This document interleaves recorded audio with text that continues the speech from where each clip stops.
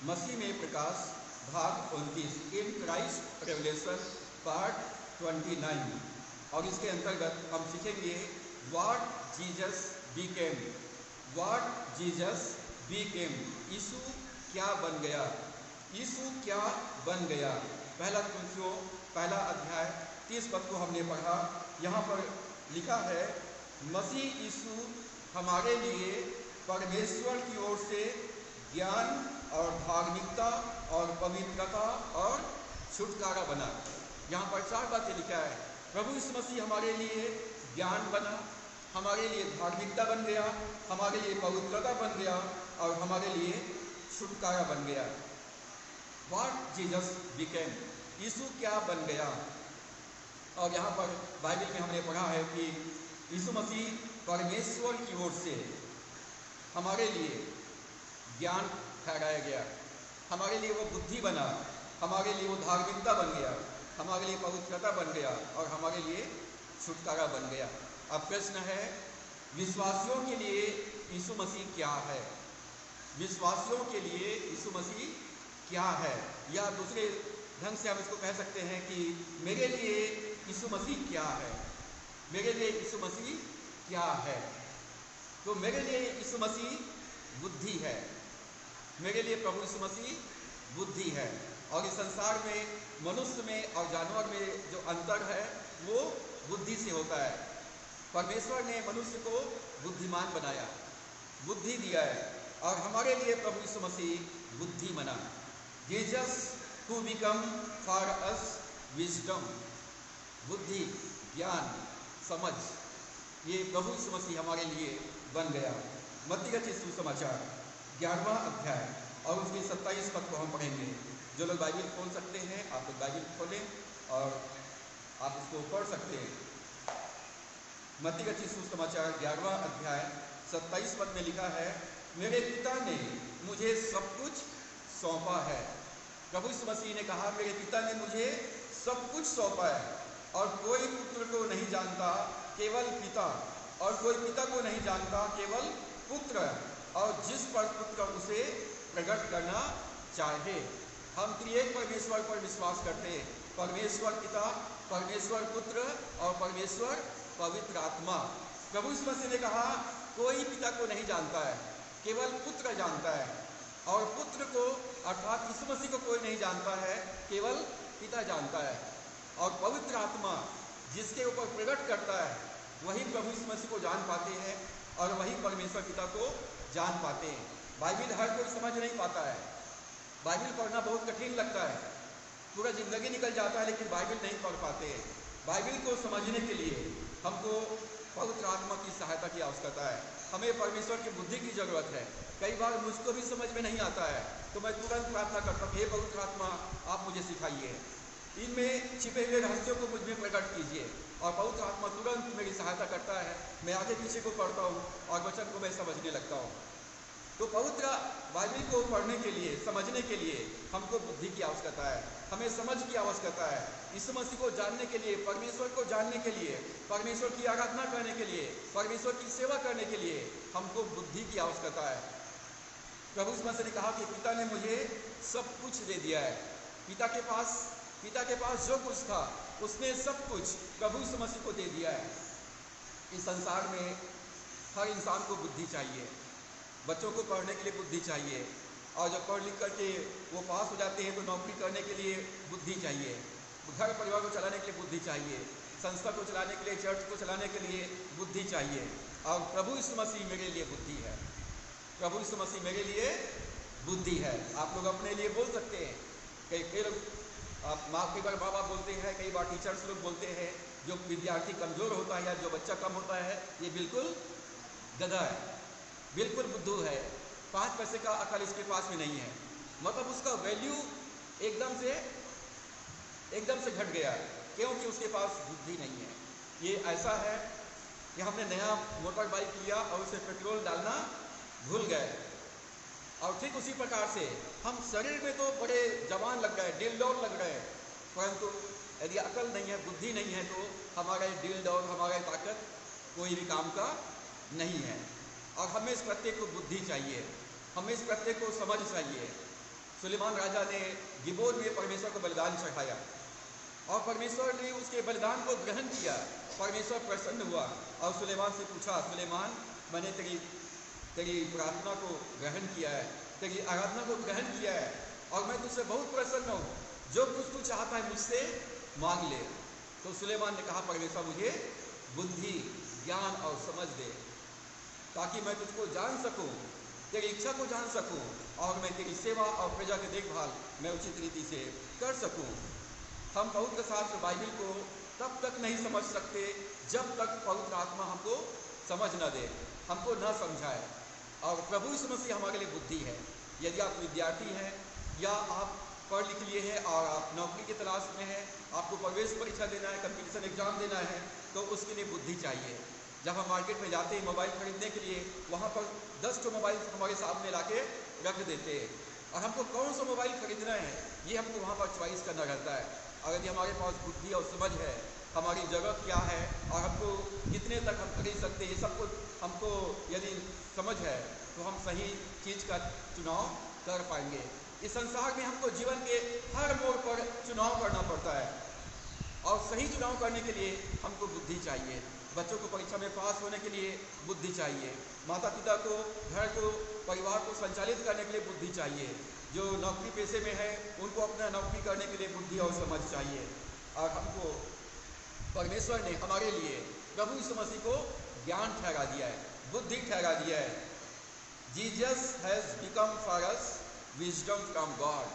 प्रभु यीशु मसीह परमेश्वर की ओर से मेरे लिए बुद्धि है। दाऊद ने भजन 23 में क्या कहा? यहोवा मेरा चरवाहा है, मुझे कोई घटी न होगी। तो प्रभु यीशु मसीह मेरे लिए बुद्धि है और इसलिए आप दुनिया के सबसे अधिक बुद्धिमान व्यक्तियों में से हैं। चाहे आप पढ़ाई लिखाई किए तो भी और पढ़ाई लिखाई नहीं किए हैं तो भी हर एक मसीह विश्वासी लोग कैसे होंगे? दुनिया के सबसे अधिक बुद्धिमान लोग होंगे। दुनिया में जितने भी आविष्कार हुए हैं सब मसीह लोगों ने किए हैं, सब क्रिश्चियंस लोगों ने किए हैं, क्योंकि परमेश्वर ने उनको बुद्धि, ज्ञान और समझ दिया। और आज के जो जनरेशन है, आज के जो पीढ़ी के जो लोग हैं, वो परमेश्वर से दूर चले जा रहे हैं, परमेश्वर से दूर चले जा रहे हैं और संसार के ज्ञान से वो अपने लिए उपलब्धि प्राप्त करना चाहते हैं। परमेश्वर संसार के ज्ञानियों को रिजेक्ट कर दिया। परमेश्वर ने संसार के ज्ञान वालों को रिजेक्ट कर दिया, उनको परमेश्वर ने अस्वीकार कर दिया और जगत के मूर्खों को चुन लिया, तुच्छों को चुन लिया, निर्बलों को चुन लिया कि वो ज्ञान वालों को, बलवानों को लज्जित करें। यदि आप प्रभु यीशु मसीह में हैं, प्रभु यीशु मसीह के मानने वाले हैं, प्रभु यीशु मसीह के अनुयायी हैं, तो एक बात आप में पाया जाएगा कि आप दुनिया के सबसे अधिक बुद्धिमान लोगों में से गिने जाएंगे। हालेलुया। संसार के सबसे अधिक बुद्धिमान लोग होंगे और बुद्धि, ज्ञान और समझ ही है जो आपको बाकी लोगों से अलग करता है। जब मैंने प्रभु यीशु मसीह को जाना तो मैंने जाना कि परमेश्वर की बुद्धि, परमेश्वर का ज्ञान अथाह है। जितना मैं जानता हूँ उतना मुझको लगता है कि मैं बहुत कम जानता हूँ। और तब मैं कहा, प्रभु तेरे बुद्धि अब मेरी बुद्धि है, तेरे समझ मेरी समझ है, तेरे नॉलेज मेरा नॉलेज है, और इसलिए अब तू मेरी अगुवाई कर। मैं कितना पुस्तक को पढ़ूंगा, मुझे पढ़ते पढ़ते मैं थक जाऊंगा, लेकिन मैं पूरा नहीं पढ़ पाऊंगा। तो एक काम कर, जितना मेरी ज़रूरत है, जितना मेरे लोगों की ज़रूरत है, उतना मुझको सिखा दे। और परमेश्वर मुझे उतना ही सिखा देता है जितना मुझको ज़रूरत है।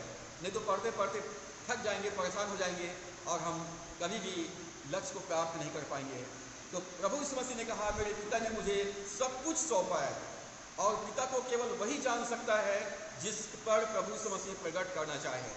और मैं रोज़ यही प्रार्थना करता हूँ कि पवित्र आत्मा आप प्रभु यीशु मसीह को, परमेश्वर पिता को, उसकी इच्छा को, उसकी योजना को मुझ में प्रकट कर, कि मैं जान सकूँ, समझ सकूँ मेरे जीवन के लिए परमेश्वर की क्या इच्छा है।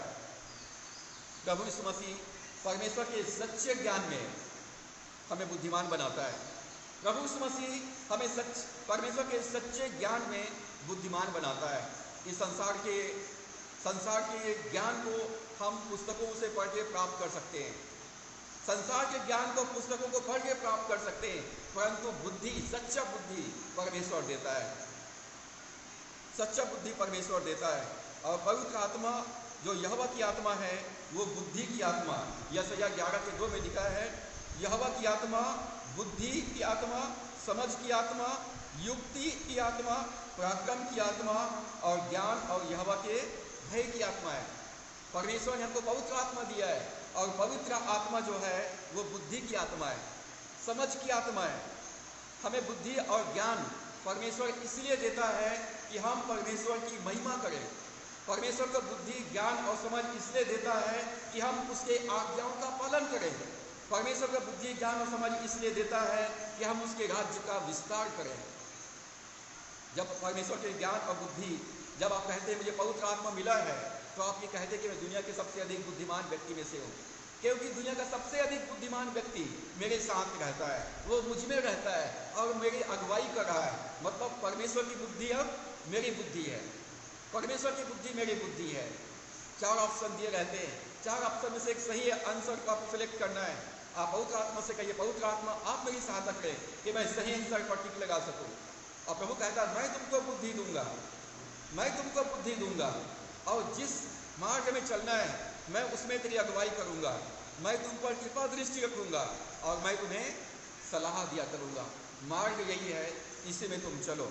तो पवित्र आत्मा परमेश्वर जो दुनिया का रचयिता है वो बुद्धिमान परमेश्वर है और वो मेरे और आपके साथ में रहता है और इसलिए हम दुनिया के सबसे अधिक बुद्धिमान व्यक्ति में से रहेंगे।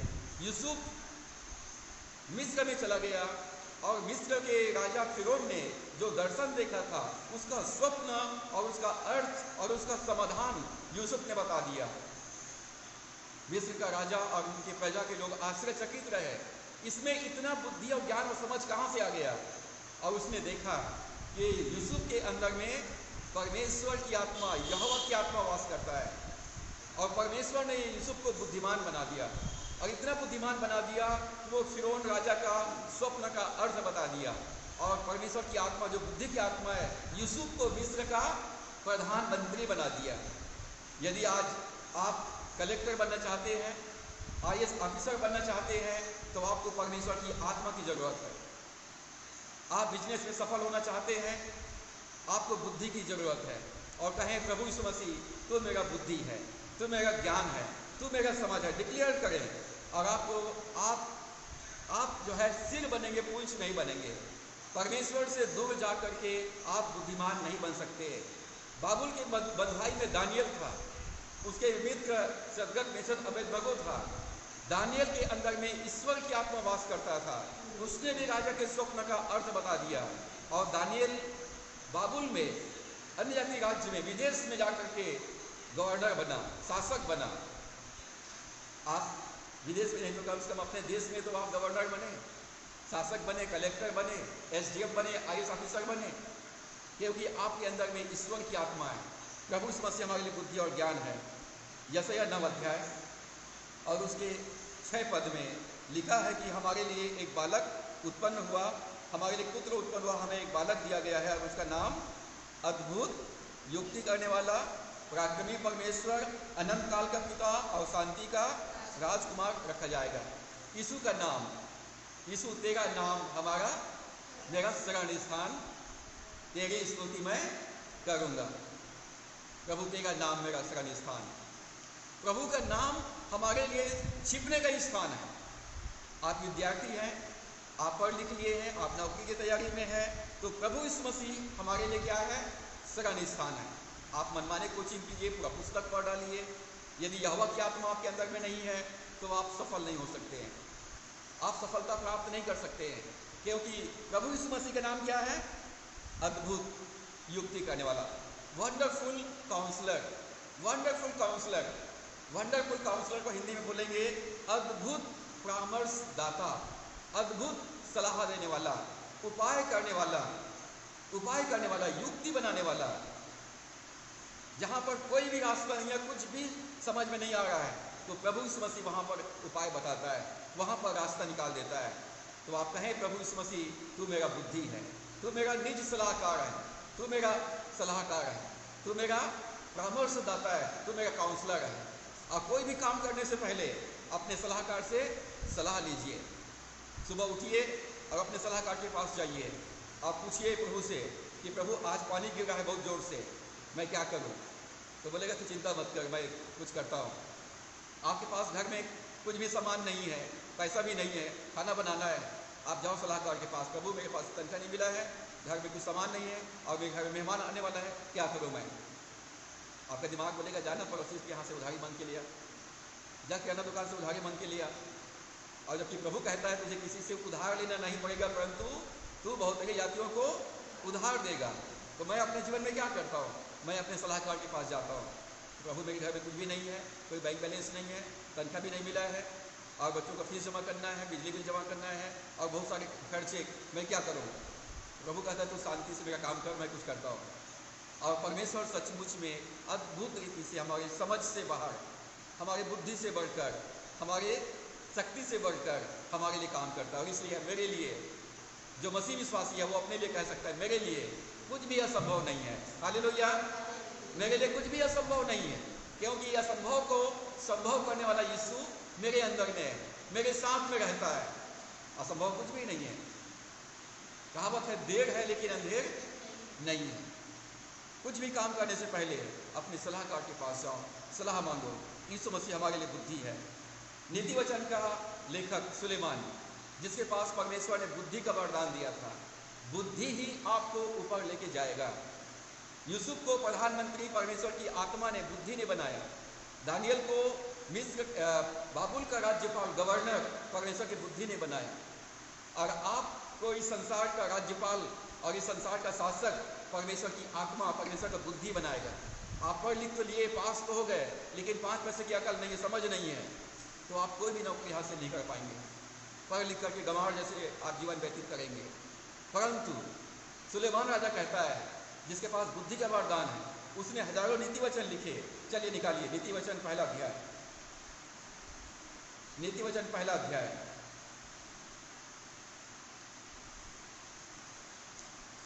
दूसरा पद।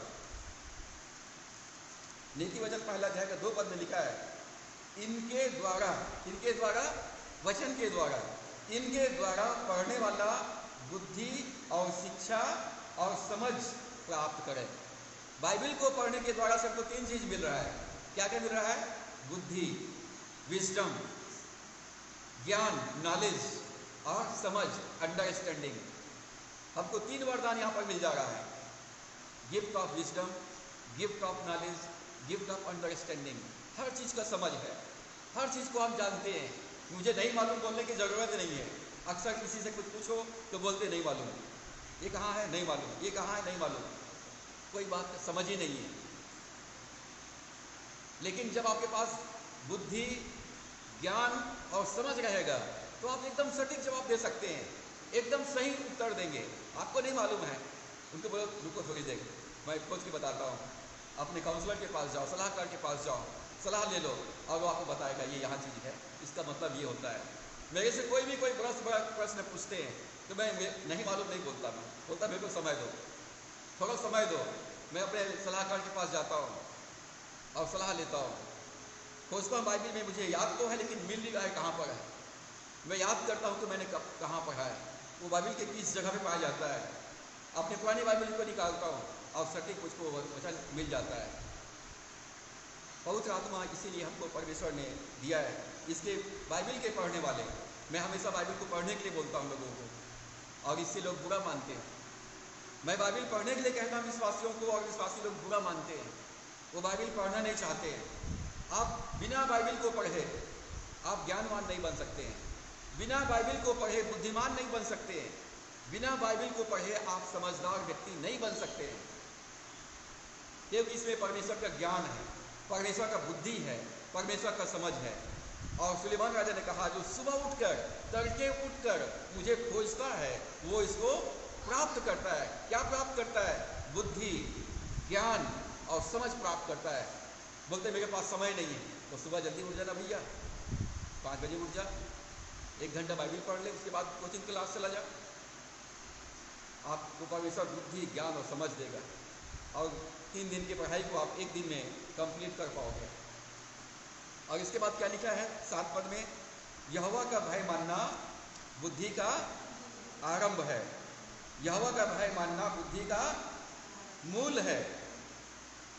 Fear of the Lord is foundation of true knowledge. यहोवा का भय मानना परमेश्वर के सच्चे ज्ञान का नींव है। नींव, फाउंडेशन। आप पुस्तक ही पढ़ रहे हैं, ज्ञानवान बन रहे हैं, लेकिन आपका फाउंडेशन खराब है, आपके पास नींव ही नहीं डला है, तो आपका संसार का पूरा ज्ञान वो धड़े के धड़े रह जाएगा, कोई काम नहीं आएगा, क्योंकि आपने नींव नहीं डाला है। और आपको मालूम है जब घर बनाते हैं तो जितना मजबूत हमारा नींव होगा उतना ही मजबूत इमारत होगा। इस संसार में आप पढ़ाई लिखाई कीजिए, परंतु उसका फाउंडेशन क्या है? परमेश्वर का भय मानना। उसका नींव परमेश्वर का भय मानना है। सुलेमान कहता है fear of the Lord is foundation of true knowledge. सच्चे ज्ञान का, परमेश्वर के सच्चा ज्ञान जो है, नींव जो है वो परमेश्वर का भय मानना है। परमेश्वर से दूर जाकर, वचन से दूर जाकर, संगति से दूर जाकर, परमेश्वर की सेवा से दूर जाकर आप बुद्धिमान नहीं हो सकते, चाहे आप कोई भी क्यों ना हो। परमेश्वर से दूर जाकर के कोई भी बुद्धिमान नहीं बन सकता है। प्रभु यीशु मसीह ने कहा मनुष्य सारे संसार को प्राप्त कर ले, सारे संसार का ज्ञान प्राप्त कर ले, वो चंद्रमा का सैर करके आ जाए, वो संसार का सारा धन दौलत प्राप्त कर ले और अपने प्राण को न बचा सके तो उसको कुछ भी फायदा नहीं है, कुछ भी फायदा नहीं है। क्योंकि संसार का ज्ञान आपके आत्मा को नहीं बचा सका तो आप सबसे अधिक मूर्ख व्यक्ति हैं, सबसे अधिक कंगाल व्यक्ति हैं, क्योंकि आप पानी के एक बूंद के लिए नरक में जाकर तरसने वाले हैं। तो परमेश्वर से दूर जाकर हम कभी भी बुद्धिमान नहीं हो सकते हैं। यदि आप बुद्धिमान बनना चाहते हैं, समझदार बनना चाहते हैं, ज्ञानवान बनना चाहते हैं, तो परमेश्वर के वचन को मनन करें, परमेश्वर वचन को मनन करें। रात और दिन मनन करना है, डे एंड नाइट, रात और दिन इस पर ध्यान करते रहना है, सोचते रहना है, विचार करते रहना है, याद करते रहना है। और परमेश्वर का वचन जिसको प्राप्त होता है उनके आत्मा का भोजन बनता है, उनके विश्वास का तत्व बनता है, उनके शरीर के लिए औषधि बनता है और उसका जीवन बहते नदी किनारे लगाए हुए वृक्ष के समान होता है। वो सक्सेसफुल होता है, सफल होता है, वो फलवंत होता है और वो पावरफुल होता है, वो प्रभावशाली बनता है। तो परमेश्वर के वचन से हमको बुद्धि मिलता है। जब प्रभु यीशु मसीह बालक था, लूका 2 अध्याय उसका 40 पद को हम पढ़ते हैं। लूका 2 अध्याय का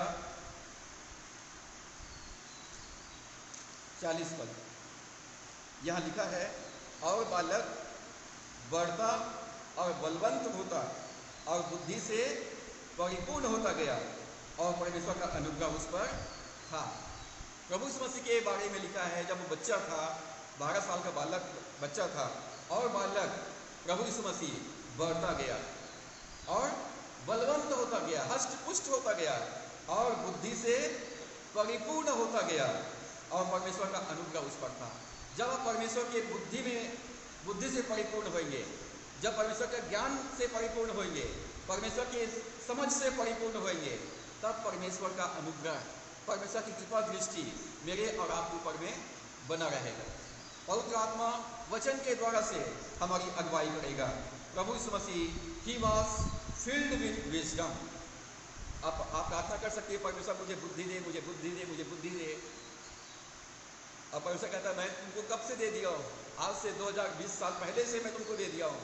परमेश्वर ने जगत से ऐसा प्रेम किया कि उसने अपना एकलौता पुत्र दे दिया।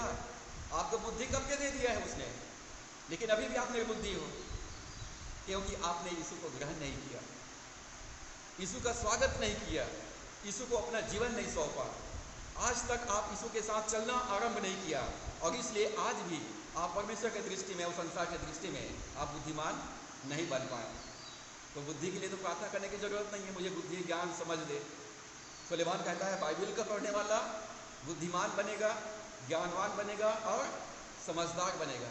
आप बुद्धि के लिए प्रार्थना कर सकते हो, लेकिन प्रभु कहे तेरे को मांगने की जरूरत नहीं, मैं तो पहले से दे दिया हूँ। आप डिक्लेयर करो दाऊद के समान, धन्यवाद यीशु, तू मेरे लिए परमेश्वर की ओर से ज्ञान, बुद्धि और समझ है, तू मेरे साथ में है और इसलिए मैं दुनिया का सबसे अधिक बुद्धिमान व्यक्ति हूँ, संसार की दृष्टि में भले ही मैं मूर्ख गिना जाऊं, परंतु तेरे दृष्टि में मैं सर्वश्रेष्ठ हूँ। तो आपको डिक्लेयर करना है। और इसी के 52 पद में लिखा है, लूका 2 के 52 पद में, और यीशु बुद्धि और दिलडौल में और परमेश्वर और मनुष्य के अनुग्रह में बढ़ता गया। यीशु मसीह किस में बढ़ता गया? बुद्धि में बढ़ता गया। बुद्धि में। जब यीशु मसीह का एग्जाम लिया शैतान ने, तो प्रभु यीशु मसीह ने बुद्धि से जवाब दिया। मनुष्य केवल रोटी से जीवित नहीं रहेगा, परंतु परमेश्वर के वचन से जीवित रहेगा जो उसके मुख से निकलता है। शैतान बोलता है संसार का सारा धन दौलत मैं तुझको दे दूंगा, तू मुझे दंडवत कर, तू मुझे प्रणाम कर, मेरे शरण में आ जा। तो प्रभु ने कहा कि ये भी लिखा है कि तू प्रभु अपने परमेश्वर को छोड़ किसी और की उपासना मत कर। तो प्रभु यीशु मसीह ने बुद्धि से जवाब दिया। जब यीशु मसीह यरूशलेम के मंदिर में था, वहां पर शास्त्री, फरीसी, धार्मिक अगुवे लोग थे। प्रभु यीशु मसीह ने उनसे उनके प्रश्न पूछ रहे थे, उनका जवाब दे रहे थे, और उनके बुद्धि से आश्चर्यचकित था। तो हमको पहली बात, प्रभु यीशु मसीह हमारे लिए इस दुनिया में आया, हमारे लिए वो मारा गया, हमारे लिए गाड़ दिया गया और हमारे लिए मुर्दों में से जी उठा है। और वो प्रभु ने कहा कि पिता ने मुझे सब कुछ सौंप दिया है, आप दुनिया का और स्वर्ग का, पृथ्वी का, नरक का, पूरे दुनिया का ज्ञान, बुद्धि और समझ मैं हूँ। और आप कहते हैं यीशु मसीह तू मेरा प्रभु है, तो आप कह सकते हैं कि यीशु मसीह मेरा ज्ञान, बुद्धि है, और इसलिए मैं दुनिया का सबसे अधिक सर्वश्रेष्ठ व्यक्ति हूँ।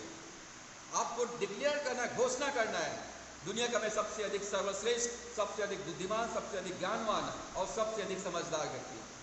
मैंने बाइबल से पढ़कर जान लिया कि यीशु मसीह सबसे अधिक बुद्धिमान है, और मैंने कहा प्रभु तू मेरा बुद्धि, ज्ञान और समझ है। जब आप नंबर 1 है तो आप मुझको नंबर 1 बनाएंगे। और ईश्वर ने हर जगह, हर परिस्थिति में प्रभु ने पूजा किया है। मत्ती 7 अध्याय और उसके 24 पद में प्रभु ने कहा, मत्ती 7 अध्याय 24 पद, मत्ती 7 अध्याय 24 पद, वहाँ पर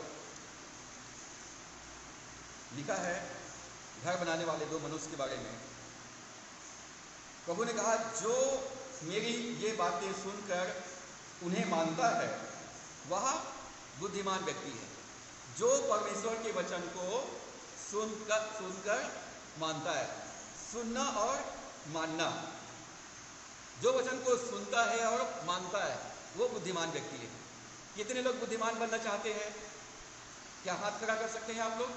दिखाइए अपना हाथ प्रभु को। यदि आप बुद्धिमान बनना चाहते हैं, एक दूसरे की तरफ मत देखो, क्या तुम बुद्धिमान बनना चाहते हो तो हाथ लगा करो, ऐसा उठाओ पूरा। यदि तुम बुद्धिमान बनना चाहते हो तो अपना हाथ उठाइए। और उसके लिए क्या फार्मूला है? जो वचन को सुनता है और वचन को मानता है वो बुद्धिमान व्यक्ति है। आपको बुद्धिमान बनने के लिए क्या करना है? वचन को सुनना है। पहले बात क्या है? सुनो। हम लोग बिना सुने हम बड़बड़ बड़बड़ करना चालू कर देते हैं। बिना सुने हम अपने दिल की बातें बोलना शुरू कर देते हैं। परमेश्वर कहता है यह मेरा प्रिय पुत्र है, तुम इसकी सुनो, तुम इसकी सुनो। प्रभु ने कहा मेरी भेड़ें मेरे शब्द सुनती है और मेरे पीछे हो लेती है। विश्वास आता है सुनने से, और सुनना परमेश्वर के वचन से होता है। यदि आप बुद्धिमान व्यक्ति बनना चाहते हैं तो सुनो अपने परमेश्वर की, वो क्या कहता है। जो सुनता है, और दूसरा है मानता है। मानना, मानने का मतलब क्या होता है? आज्ञा मानना। लेकिन हम लोग क्या बन गए हैं? एकदम ढीठ बन गए हैं। कितने भी आप बोलो असर होने वाला नहीं है। कोई कितना भी कुछ बोले असर होने वाला नहीं है। हम उल्टा माँ बाप से झगड़ लेते हैं, घर में बच्चे माँ बाप से झगड़ लेते हैं, लेकिन वो बात नहीं मानेंगे। कलीसिया के विश्वासी अपने पासवान से, अपने अगुओं से झगड़ा कर लेंगे, लेकिन उनकी बात नहीं मानेंगे। क्या बन गए हैं हम? बलवा करने वाले, विद्रोही बन गए। बलवा करने वाली आत्मा, विद्रोही आत्मा हमारे भीतर निवास करता है। एक पिता के पास 2 पुत्र थे। पिता अपने बच्चों से बहुत प्यार करता था। छोटा बेटा बोलता है पिताजी बहुत हो गया, मैं आपके साथ नहीं रहूँगा, जो मेरे भाग का आशीष है मुझको दे दे, जो मेरे भाग का आशीष है, संपत्ति है, मुझको दे दे। और वो अपने पिता के पास से दूर चला गया, अपने पिता की बात नहीं सुना, अपने पिता की बात नहीं माना, और पिता से दूर चला गया। दूर जाने के बाद उसकी दशा क्या हो गई? दुर्दशा में बदल गया। उसकी दशा दुर्दशा में बदल गया। वो पूरी तरह से कंगाल हो गया, मित्रहीन और निराश हो गया। वो एक एक पाई पाई के लिए तरसने लग गया। वो सब कुछ खो दिया। जब हम परमेश्वर की आवाज़ नहीं सुनते हैं, जब हम परमेश्वर की बात नहीं मानते हैं, हमारी दशा पुराल पुत्र के समान हो जाता है। यदि आप चाहते हैं आप दुनिया में बुद्धिमान बने, समझदार बने, तो वचन को सुने और वचन को माने। लेकिन कई बार हम अपनी समस्याओं के बारे में प्रभु को बताते हैं। हम अपनी समस्याओं के बारे में प्रभु को बताते हैं। प्रभु को सलाह हम दे सकते हैं क्या? वो हमारा सलाहकार है, वो हमारा काउंसलर है और हमारे भीतर, हमारे हृदय में वास करता है। पहला कुरिन्थियों 2 अध्याय के 16 पद में पौलुस कहता है, प्रभु का मन किसने जाना है? प्रभु का मन को किसने जाना है कि उसको सिखाए? अरे यार, कुछ भी अच्छा नहीं हो रहा है, पता नहीं परमेश्वर क्या कर रहा है। आए दिन मेरे साथ में अनहोनी घटनाएं हो रही है। हम कई बार ऐसा सोचते हैं, बड़बड़ाते हैं, आए दिन मेरे नुकसान हो रहा है, आए दिन मेरे काम में मैं सफल नहीं हो पा रहा हूँ। तो प्रभु का मन किसने जाना है? प्रभु के मनसा क्या है? प्रभु क्या चाहता है मेरे जीवन के लिए, मेरे बच्चों के जीवन के लिए, मेरे भविष्य के लिए? प्रभु का मन किसने जाना है कि उसे सिखाए?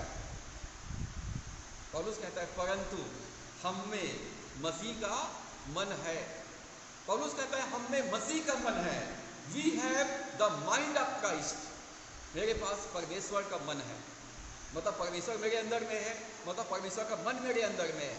और परमेश्वर का मन मेरे अंदर में है, मतलब परमेश्वर जैसा सोचता है मैं वैसा सोच सकता हूँ। जैसा परमेश्वर देखता है मैं वैसा देख सकता हूँ। जैसा परमेश्वर बोलता है मैं वैसा बोल सकता हूँ, क्योंकि हमारे अंदर में परमेश्वर का मन है। We understand what Christ is thinking. हम समझ सकते हैं कि परमेश्वर मेरे लिए क्या सोच रहा है। हम समझ सकते हैं कि इस समय मेरे बेटे के लिए, मेरे बेटी के लिए परमेश्वर क्या सोच रहा है।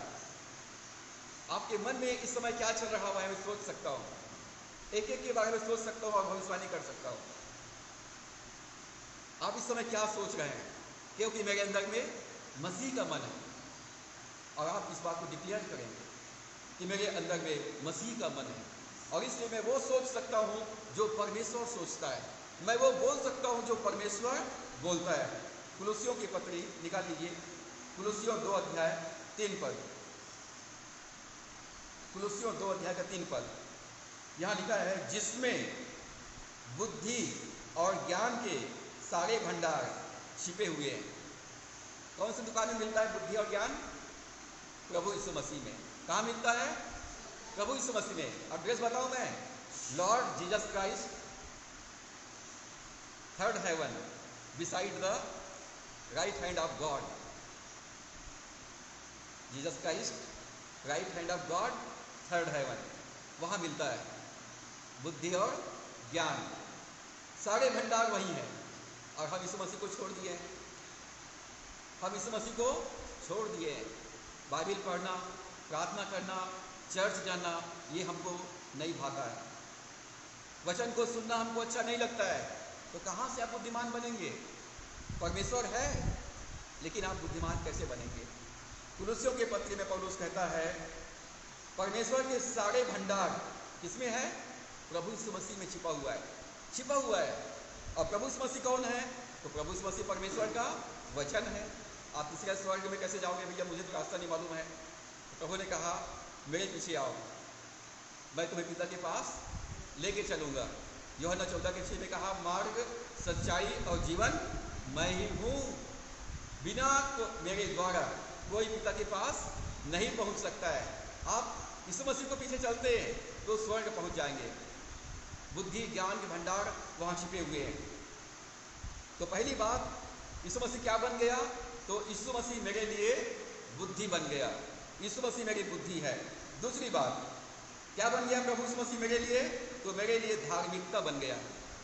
बाइबल घोषणा करती है रोमियो 3:23 में, पाप की मजदूरी मृत्यु है। सब ने पाप किया है। रोमियो 3:23 में सब ने पाप किया है और परमेश्वर की महिमा से रहित है। और रोमियो 6:23 में डिक्लेयर करता है पाप की मजदूरी तो मृत्यु है। अब पापी लोग सब पापी हैं और सब मौत की ओर जा रहे हैं। ऐसे समय में आपको डिक्लेयर करना है, घोषणा करना है, यीशु मसीह मेरे लिए धार्मिकता है, प्रभु यीशु मसीह मेरी धार्मिकता है। वो हमारे लिए पापी बना ताकि यीशु मसीह में हम धर्मी बन जाएं। जब हम यीशु मसीह पर विश्वास करते हैं कि यीशु मसीह मेरे लिए इस दुनिया में आया, मेरे लिए दुख सहा, मेरे लिए मारा गया, मेरे लिए गाड़ दिया गया और मेरे लिए मुर्दों में से जी उठाया, जब विश्वास करते हैं कि प्रभु ने मेरा सारा जुर्माना चुका दिया है, तो हम वैधानिक रीति से, कानूनी रूप से हम धर्मी घोषित किए जाते हैं। शैतान दुनिया भर का चार्ज शीट, आरोप पत्र हमारे ऊपर लगाता है, इसने यहाँ पर पाप किया, इसने यहाँ पर पाप किया, इसने यहाँ गुनाह किया, यहाँ ये गुनाह किया, बहुत सारा लिख करके परमेश्वर के सामने प्रस्तुत कर देता है। तो इस वजह से कहता है प्रभु पिता मैंने इनके सारे गुनाहों का जुर्माना चुका दिया है, अब ये कानूनी रूप से दोष मुक्त किए गए हैं, कानूनी रूप से दोष मुक्त किए गए हैं, अब ये धर्मी है। तो आपको डिक्लेयर करना है कि अब प्रभु यीशु मसीह मेरी धार्मिकता है। मैं अच्छे कर्म करके धर्मी नहीं बन सकता हूँ। गरीबों को खाना खिला के, भिखारियों को खाना खिला के, उनको कपड़े पहना करके, मैं फोटो खिंचा करके दुनिया में अच्छा व्यक्ति बन सकता हूँ। सफ़ेद दाढ़ी रख के, सफ़ेद कपड़े पहन करके एकदम पवित्र शो कर सकता हूँ, लेकिन वो बाहर से है, शरीर में है, भीतर से कुछ भी नहीं है। तो भीतर से प्रभु यीशु मसीह में मैं धर्मी हूँ। मेरी धार्मिकता प्रभु यीशु मसीह की धार्मिकता है। धार्मिकता का अर्थ है हम कानूनी रूप से, वैधानिक रूप से दोष मुक्त किए गए हैं। स्वर्ग डिक्लेयर करता है जिस दिन आप यीशु को अपना प्रभु स्वीकार करते हो, आप दोष मुक्त किए जाते हैं और आज से आप मेरे पुत्र यीशु मसीह में धर्मी घोषित किए जाते हैं। तुम धर्मी हो और इसलिए धार्मिकता का काम करोगे। जब हम यीशु को अपना प्रभु स्वीकार करते हैं तो उसकी धार्मिकता हमारी धार्मिकता बन जाती है। यीशु तेरा नाम मेरा शरण स्थान, तेरी मैं स्तुति करूंगा। परमेश्वर का नाम क्या है? यहोवा सिदकेनु। यिर्मयाह 23:6 में परमेश्वर का नाम है यहोवा सिदकेनु, और यहोवा सिदकेनु का मतलब होता है यहोवा हमारी धार्मिकता। मैं अच्छे कर्म करके धर्मी नहीं बन सकता हूँ, मैं बहुत ज़्यादा पढ़ा लिखा हूँ करके या बहुत अच्छा काम करता हूँ करके धर्मी नहीं हूँ, परंतु मेरा यीशु मसीह ने मुझे धर्मी ठहराया है, स्वर्ग ने मुझे धर्मी ठहराया, परमेश्वर ने मुझको धर्मी ठहराया है। जिस दिन मैंने यीशु को ग्रहण किया, प्रभु ने मेरे पाप को मिटा दिया और यीशु मसीह में मैं दोष मुक्त घोषित किया गया। स्वर्ग डिक्लेयर करता है आज से तुम धर्मी हो और इसलिए तुम धर्म का काम कर सकते हो, इसलिए तुम अच्छे काम कर सकते हो। 2 कुरिन्थियों 5:21 में लिखा है, जो पाप से अज्ञात था उसी को उसने हमारे लिए पाप ठहराया। प्रभु ने कभी कोई पाप नहीं किया, परंतु परमेश्वर ने यीशु मसीह को हमारे लिए पापी ठहरा दिया ताकि हम प्रभु यीशु मसीह में होकर परमेश्वर की धार्मिकता बन जाएं। अब परमेश्वर हमको देखता है स्वर्ग से, तो कैसे देखता है? धर्मी देखता है। यहाँ पर धर्मी लोग बैठे हुए हैं, हालेलुया, धर्मी लोग बैठे हुए हैं और परमेश्वर की आंखें धर्मियों पर लगी रहती है। परमेश्वर के कान धर्मियों के प्रार्थना की तरफ लग रहता है। परमेश्वर पापियों की प्रार्थना नहीं सुनता है, धर्मियों की प्रार्थना सुनता है। धर्मी जन की प्रार्थना, विश्वास की प्रार्थना खोलती है सारे बंधन को।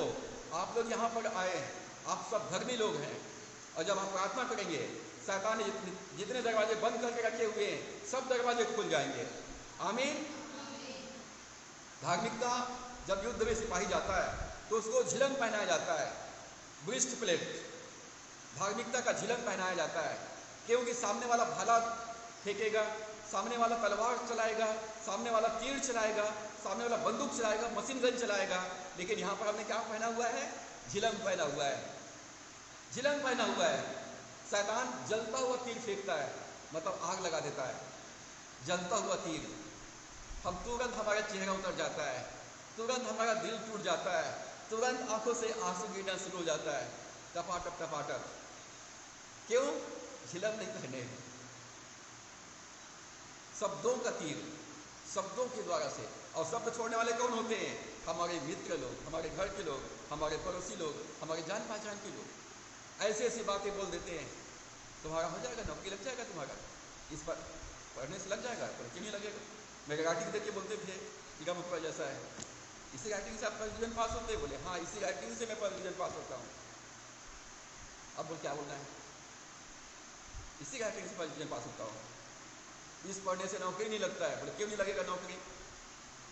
तुम्हारा नहीं लगा क्या मेरा नहीं लगेगा? ऐसे कोई जरूरी है क्या? बोले इस सब्जेक्ट में कोई फर्स्ट डिवीजन पास नहीं हो सकता है। बोले क्यों नहीं होगा? क्यों नहीं होगा? जो नहीं हुआ है वो अब होगा। तो आपको समझ लेना है और झिलम पहने रहना है। परमेश्वर का धार्मिकता मेरे लिए झिलम है, मेरे लिए वो झिलम है।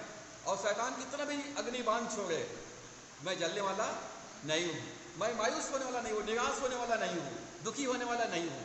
मैं डट कर सामना करूँगा।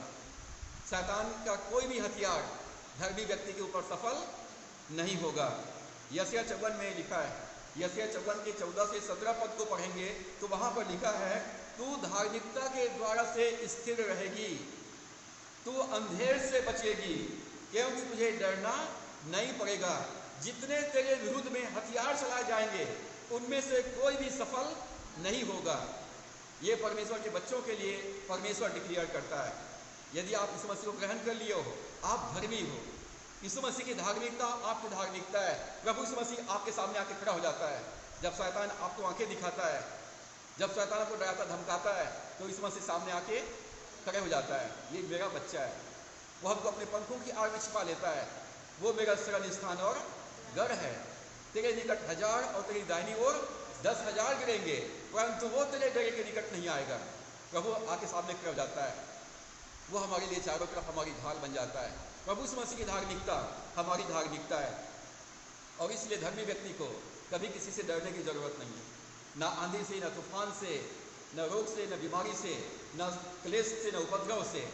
शैतान कितना भी युक्ति बना ले, कितना भी योजना बना ले, परमेश्वर डिक्लेयर करता है शैतान का कोई भी हथियार तेरे विरुद्ध में सफल नहीं होगा, क्योंकि मैं तेरी ढाल हूँ। मैंने तुमको धार्मिकता का झिलम पहना दिया है, अब तू नहीं डरेगा। जब तू आग में होकर जाएगा, मैं तेरे साथ में रहूंगा, वो तुम्हें नहीं जला सकेगी। जब तू जल में होकर जाएगा, पानी में होकर जाएगा, तब भी वो तुम्हें नहीं डुबा सकेगी, क्योंकि मैं तेरे साथ में हूँ। मैंने तुझको नाम लेकर के बुलाया है, तू मेरा है, तू मेरा है, तू मेरा बच्चा है, और इसलिए मैं तुझे बचा करके रखूंगा। भजन 34 के 15 पद में लिखा है, यहोवा की आंखें धर्मियों पर लगी रहती है।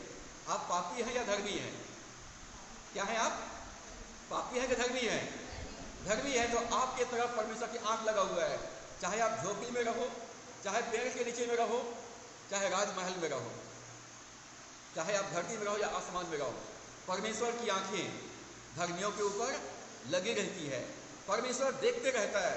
वो कहता है, मैंने तेरे चित्र को अपने हथेली पर खोद कर बनाया है, तेरे चारों तरफ जो सुरक्षा है वो मैं देख रहा हूँ। जमीन में सोए सांप भी आ रहा है, बिच्छू भी आ रहा है, मैं देख रहा हूँ। वो तुमको नहीं काटेगा, वो तुमको नहीं डसेगा, मैं डसने नहीं दूंगा। या आपको उठा देगा परमेश्वर उसी समय, देख सामने सांप है, देख सामने बिच्छू काट देगा। परमेश्वर आपकी रक्षा करेगा। आकाशीय बिजली गिरता है, बेमौत मारे जाते हैं, रास्ते में कौन जानता है, लेकिन परमेश्वर हमारे लिए ढाल है। परमेश्वर हमको बचाएगा, रक्षा करेगा। शैतान कितना भी युक्ति बनाए, कितना भी योजना बनाए, लेकिन परमेश्वर मेरी ढाल है। आप डिक्लेयर करेंगे परमेश्वर मेरी धार्मिकता है, तो परमेश्वर हमको हर एक विपत्तियों से बचाएगा। और क्या लिखा है भजन 92 के 12 पद में, धर्मी लोग खजूर की नाई फूले फलेंगे। धर्मी लोग, कौन लोग? धर्मी लोग। खजूर का पेड़ इतना छोटा छोटा होता है, कितना बड़ा बड़ा होता है? बहुत बड़ा होता है। कितना होता है? बहुत बड़ा होता है, सबसे बड़ा होता है, वो दूर से दिखाई देता है। धर्मी लोग खजूर के समान बढ़ेंगे, सारे पेड़ छोटे छोटे दिखेंगे, संसार के सब लोग छोटे छोटे नजर आएंगे आपके सामने में। परमेश्वर आपको मुझको ऊंचा करने वाला है, तो कोई भी आपको रोक नहीं सकेगा। धर्मी लोग, धर्मी कौन है? जो वचन को सुनता और मानता है, वो धर्मी लोग हैं। प्रभु यीशु मसीह के पीछे चलने वाले लोग धर्मी लोग हैं। वो खजूर के समान बढ़ेंगे और लेबनान के देवदार के समान फैलेंगे। हम लोग अकेले नहीं रहेंगे, हम लोग फैलेंगे, जहाँ भी जाएंगे फैलेंगे।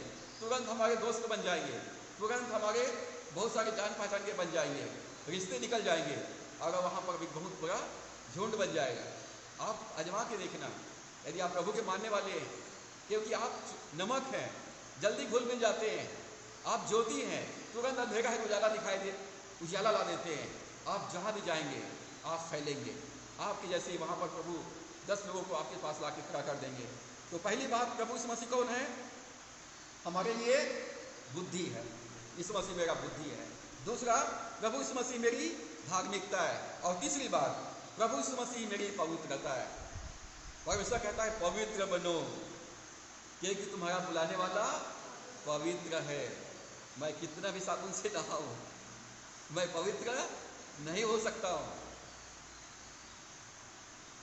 कितना भी निर्मल इस्तेमाल करूं, मैं साफ नहीं हो सकता हूं।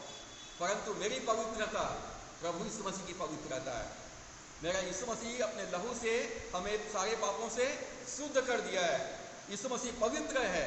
अब यीशु मसीह की पवित्रता मेरी पवित्रता है।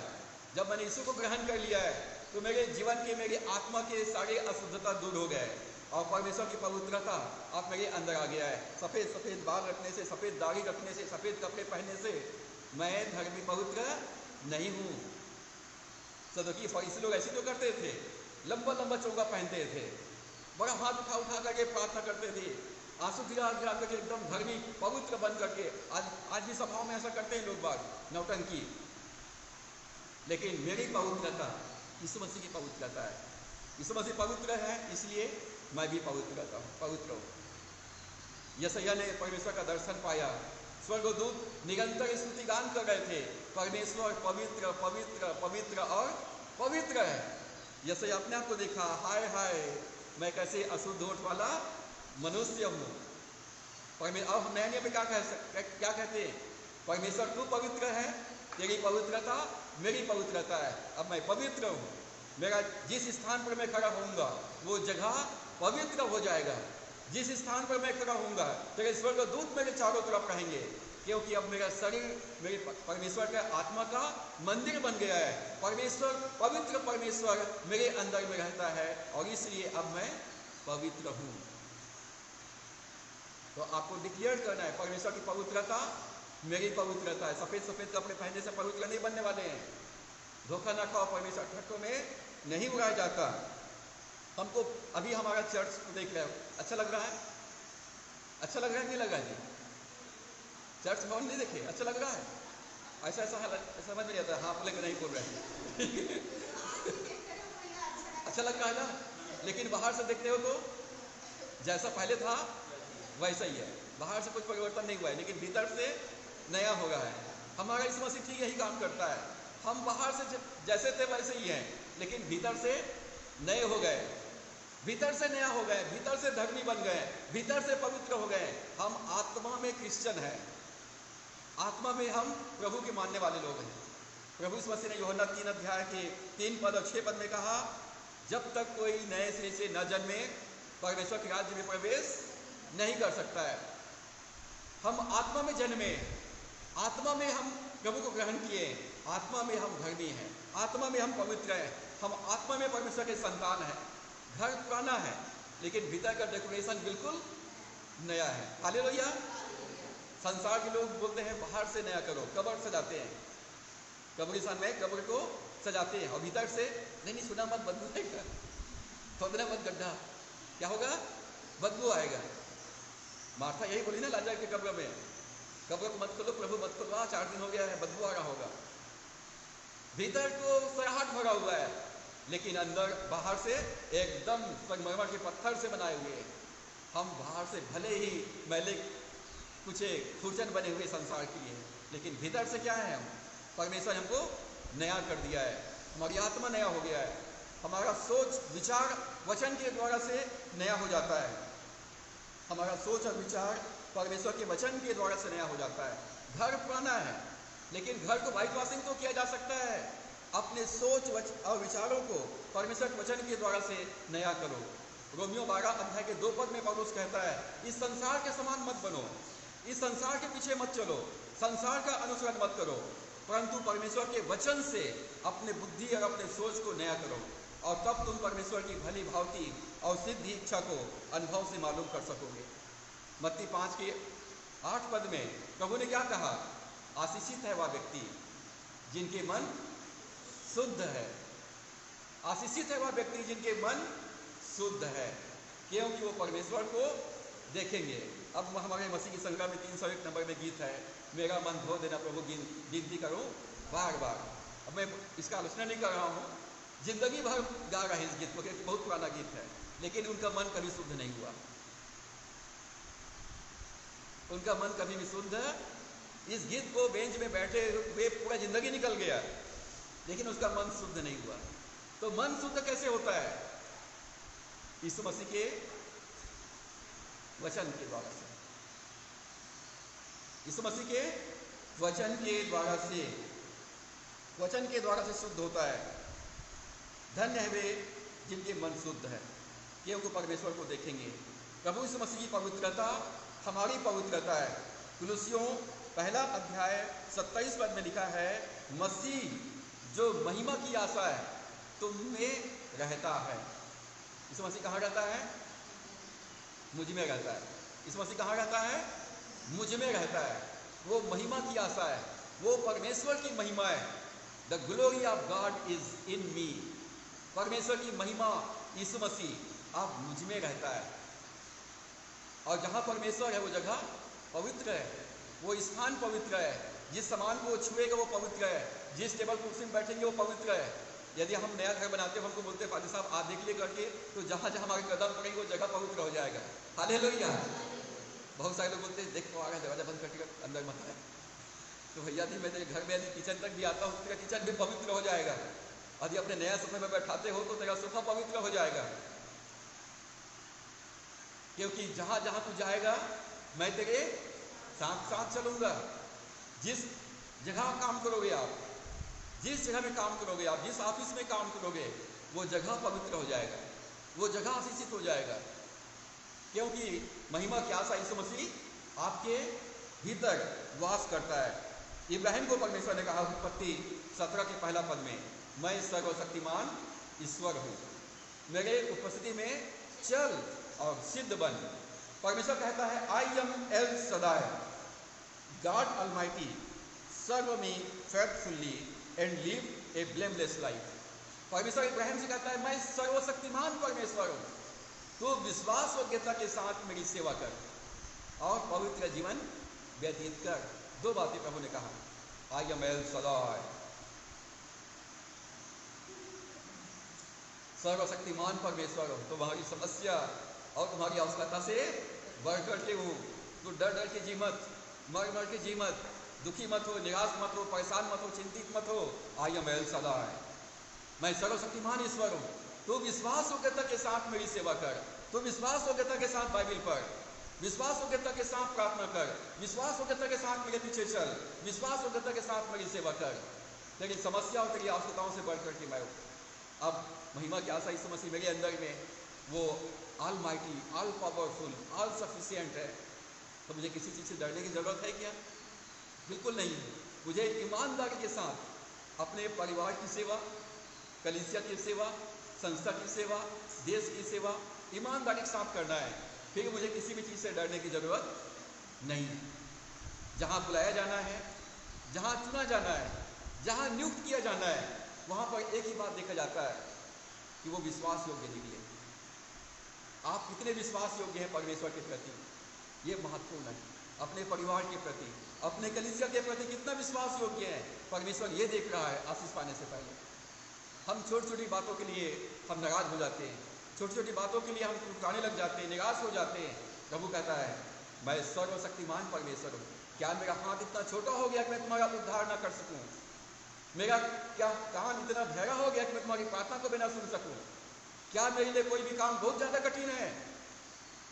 मेरे लिए कोई भी काम कठिन नहीं है। असाध्य नहीं कुछ मेरे लिए, असाध्य नहीं कुछ मेरे लिए।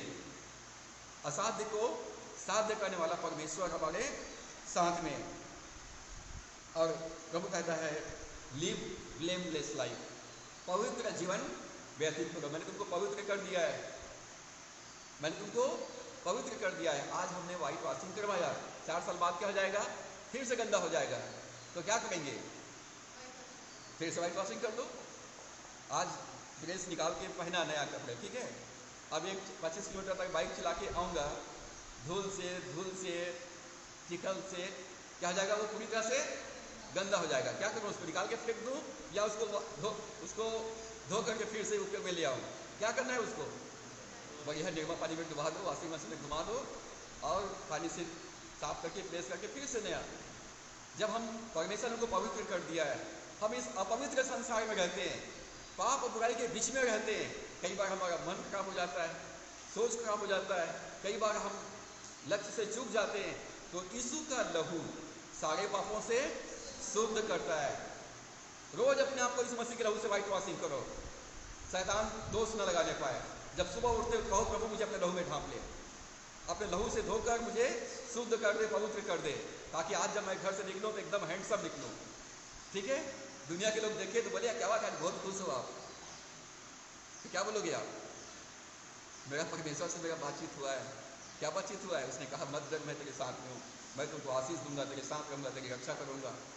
घर से निकलते रोते रोते एकदम दुखी चेहरा, निराश चेहरा, कहोगे बहन, कहोगे तुला घर रहोगे क्या? घर भी भागीट हो गए क्या? तनख्वाह नहीं मिलेगा? लो दुनिया भर की बातें चालू।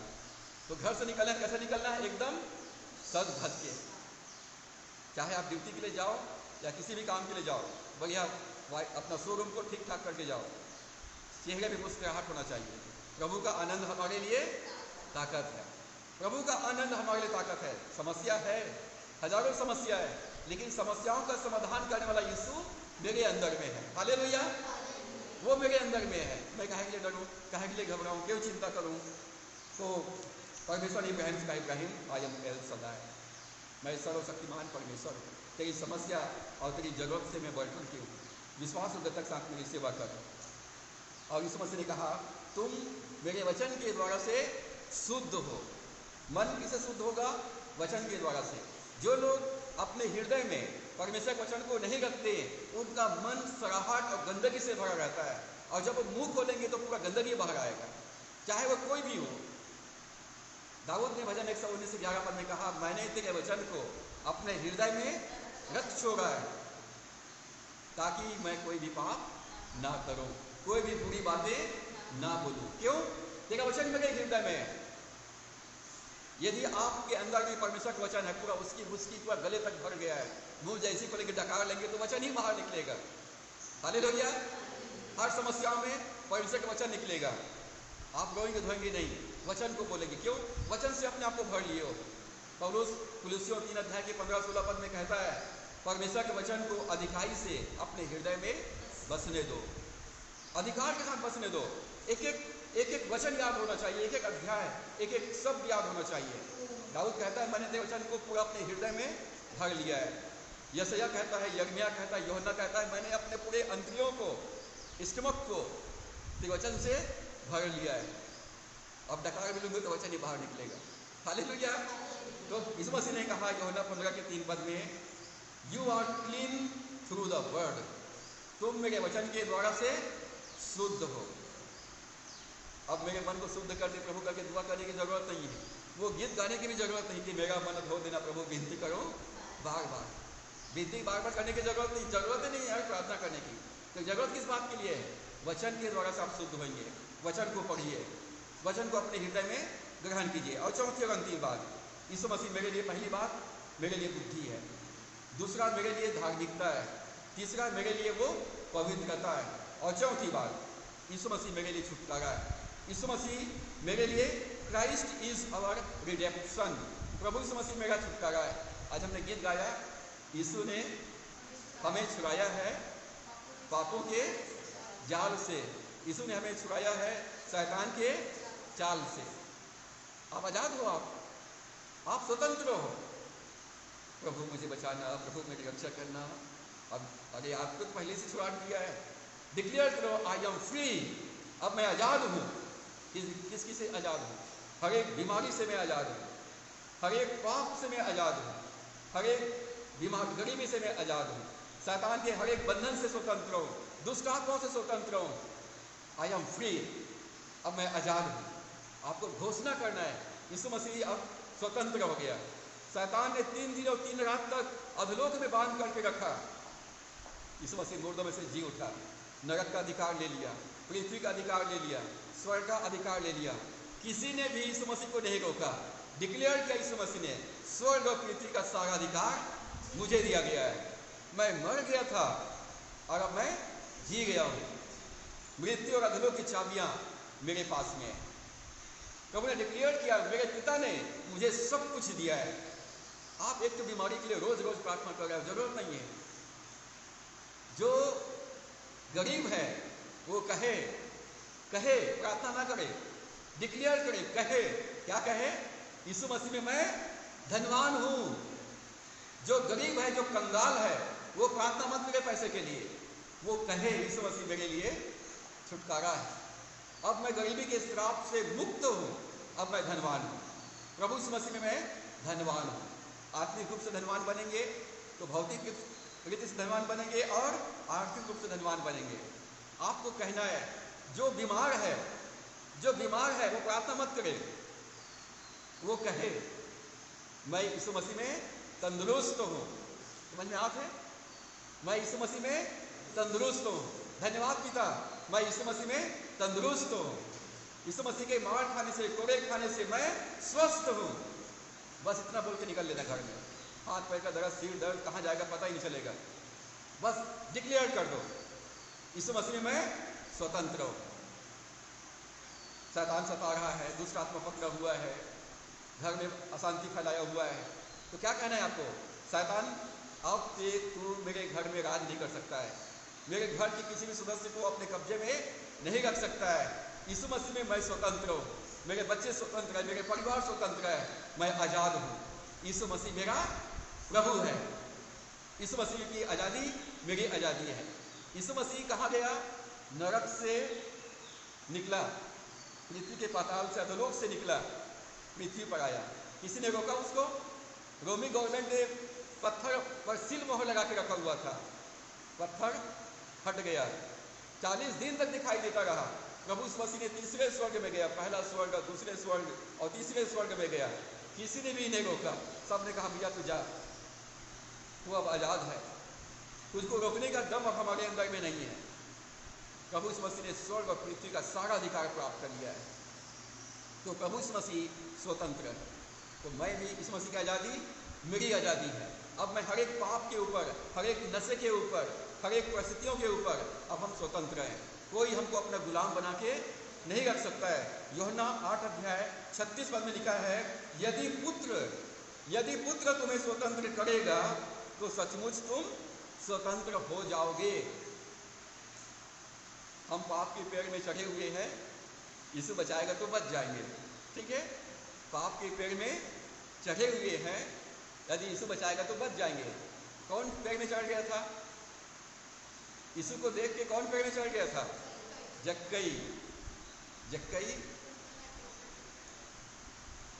क्या गीत उसका?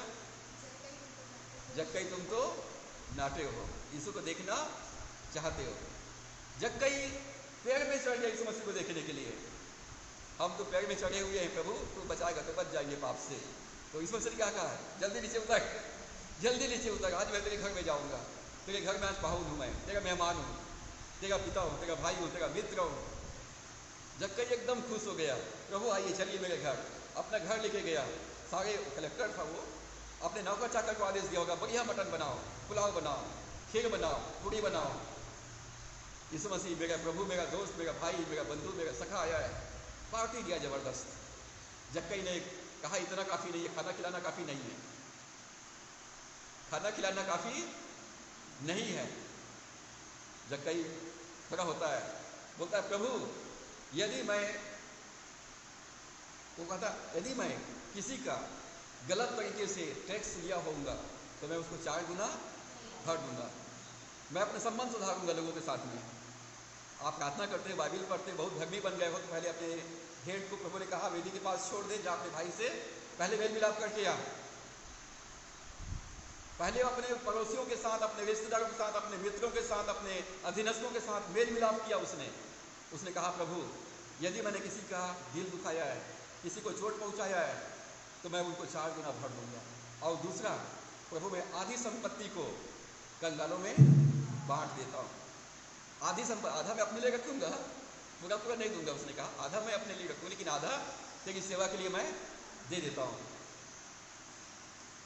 प्रभु ने कहा कंगाल तेरे साथ नहीं रहेंगे। गरीब लोग अब आजाद हो गए, अब वो लोग धनवान हो गए, क्योंकि तूने अपने हृदय को खोल दिया है। गरीबी उसके अंदर में था, जक्कई के अंदर में था कंगाली पर, लालच। वो टैक्स लेता था, जबरदस्ती लिया करता था। जब से यीशु आया मेरा जीवन बदल गया। जक्कई बोलता है प्रभु अब हो गया, गरीबी की आत्मा खत्म, गरीबी की दुष्ट आत्मा खत्म, अब मैं आजाद हो गया, अब मैं धनवान हो गया हूँ। जिसका मैं अन्याय से लिया उनको 4 गुना लौटा सकता हूँ, और जितने भी मेरे आसपास गरीब लोग हैं ना, वो अपनी संपत्ति से उनको धनवान कर सकता हूँ। यह है सच्चा परिवर्तन, यह है सही मायने में यीशु मसीह को ग्रहण किया। और उसके बाद यीशु ने कहा आज इस घर में उद्धार आया है, आज इस घर में उद्धार आया, क्योंकि ये भी इब्राहिम का पुत्र है, इब्राहिम के आशीषों का वारिस है।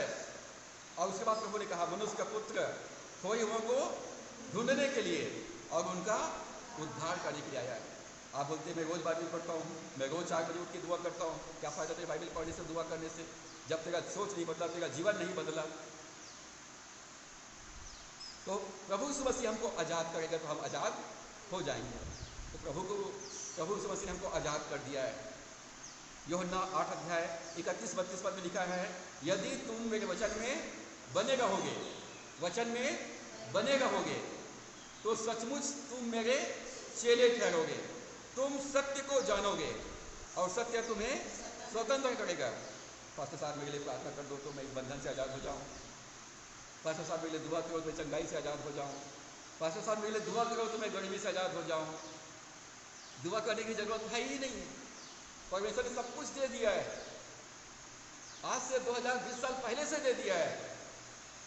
प्रभु ने कहा यदि तुम मेरे वचन में बने रहोगे तो सचमुच मेरे चेले ठहरोगे और तुम सच्चाई को जानोगे और सच्चाई तुम्हें आजाद कर देगा।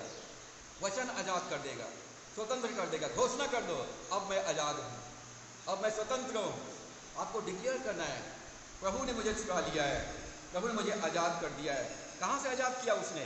नरक से आजाद कर दिया है, मृत्यु से आजाद कर दिया है, पाप से आजाद कर दिया है, शैतान के बंधन से आजाद कर दिया है, बीमारी से आजाद कर दिया है, गरीबी से आजाद कर दिया है, हर एक नशे से आजाद कर दिया है। अब आप स्वतंत्र हो पूरी तरह से आप आजाद हो। तुलसियों 1 अध्याय 13 पद में लिखा है उसी ने हमें अंधकार के वश से छुड़ाकर अपने प्रिय पुत्र के राज्य में प्रवेश कराया। अब मैं शैतान के परिवार से निकल चुका हूँ, मैं नरक से निकल चुका हूँ, अब मैं स्वर्ग के राज्य में प्रवेश कर चुका हूँ। स्वर्ग का राज्य मेरे अंदर में आ गया है। प्रभु ने कहा मन फिराओ क्योंकि परमेश्वर का राज्य तुम्हारे निकट आ गया है। परमेश्वर का राज्य अब मेरे अंदर में है। बाहर शैतान का राज्य है, बाहर शैतान का राज्य है, लेकिन मेरे अंदर में परमेश्वर का राज्य है। प्रभु ने मुझे आजाद कर दिया है। शैतान के सिर को प्रभु यीशु मसीह ने कुचल दिया है, उसका अधिकार छीन लिया है। इब्रानियों 2:14 के अनुसार प्रभु यीशु मसीह ने शैतान को निकम्मा कर दिया है। उसके पास कोई रोजगार नहीं, फालतू घूमते रहता है चारों तरफ, मौका मिलेगा तो कुछ करता हो। क्या करता है वो? मौका मिलेगा तो मैं काम करूंगा। बेरोजगार, कोई काम धंधा नहीं है उसके पास। विश्वासों के घर में जबरदस्ती घुसेगा, उनके जीवन में घुस के उनको परेशान करना, टॉर्चर करना, यही उसका काम। तो प्रभु ने कहा चोर केवल चोरी करने, घात करने और हत्या करने के लिए आया है, बस यही उसका काम है। मैं इसलिए आया हूं कि तुम जीवन पाओ और बहुतायत का जीवन पाओ। अब जो मसीह में है उस पर कोई भी दंड की आज्ञा नहीं है। आप दोष मुक्त किए गए हैं, आप आशीषित किए गए हैं, आप छुड़ा लिए गए हैं। दूसरा कुरिन्थियों 5:17 हमने पिछले सप्ताह पढ़ा सीखा है। अब जो मसीह में है वो नई सृष्टि है, पुरानी बातें बीत गई। गरीबी, बीमारी, पाप, ये सब पुरानी बातें हैं। नई बात क्या है? अब नई बात में मैं धर्मी हूँ। नया बात यह है कि मैं इस मसीह में बुद्धिमान और समझदार हूँ। अब मैं पवित्र हूँ, अब मैं आजाद हूँ। नई बात यह है, मसीह में नई सृष्टि है। प्रभु इस मसीह ने हमको आजाद कर दिया है। तो फिर से पाप में, फिर से बीमारी में, फिर से गरीबी में और फिर से श्राप में हमको जीवन व्यतीत नहीं करना है। अपनी आज़ादी को बरकरार रखना है। अपनी आज़ादी को बरकरार रखना है। गलतियों 5 अध्याय पहला पद में लिखा है, मसीह ने स्वतंत्रता के लिए स्वतंत्र किया है, स्वतंत्रता के लिए स्वतंत्र किया है, तो अपनी स्वतंत्रता बनाए रखो और फिर से शैतान के गुलाम मत बनो, फिर से शैतान के गुलाम मत बनो।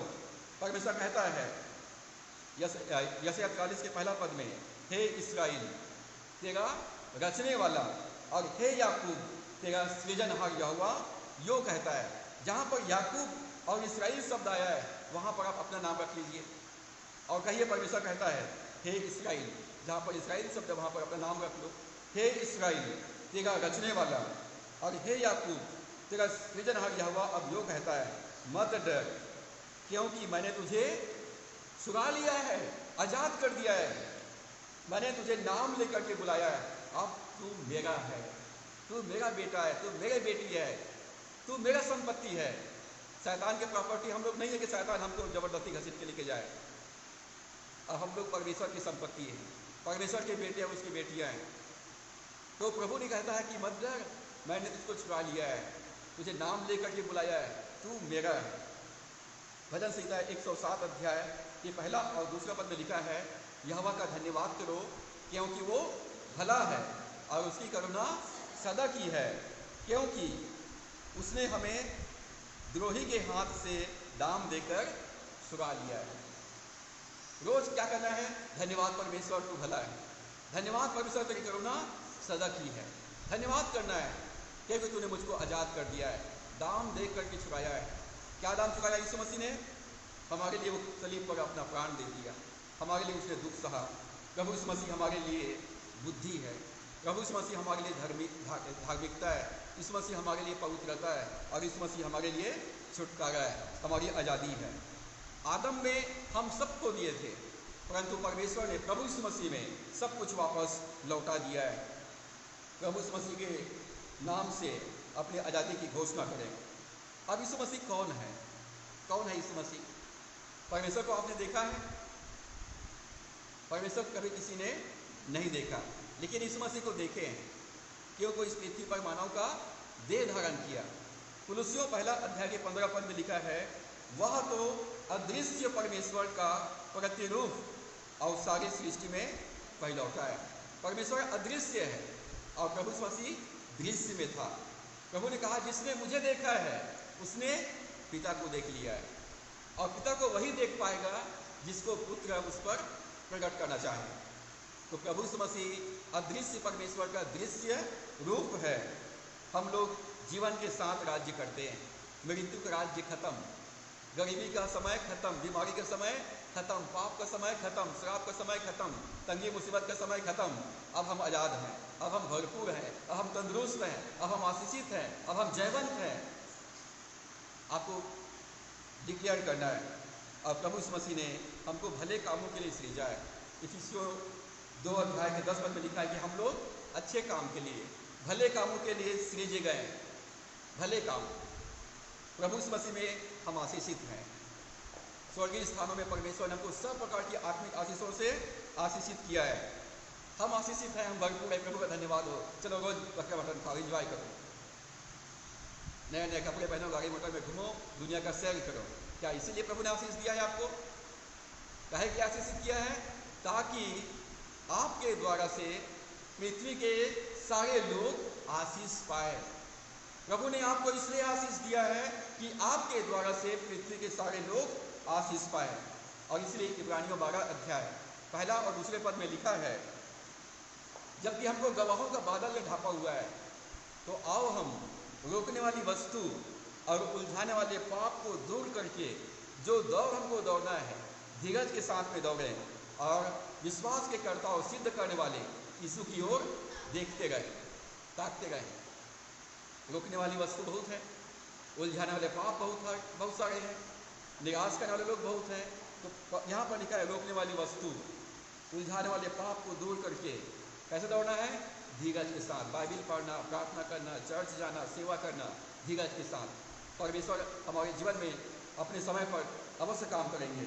और विश्वास करता और हमारे विश्वास को पूरा करने वाला, परफेक्ट करने वाला यीशु मसीह की ओर ताकते रहें। तो परमेश्वर हम धन्यवाद करते हैं कि परमेश्वर ने हमारे लिए अपना एकलौता पुत्र को दिया है। यीशु मसीह मेरा बुद्धि है, यीशु मसीह मेरी धार्मिकता है, यीशु मसीह मेरी पवित्रता है और यीशु मसीह मेरी आज़ादी है।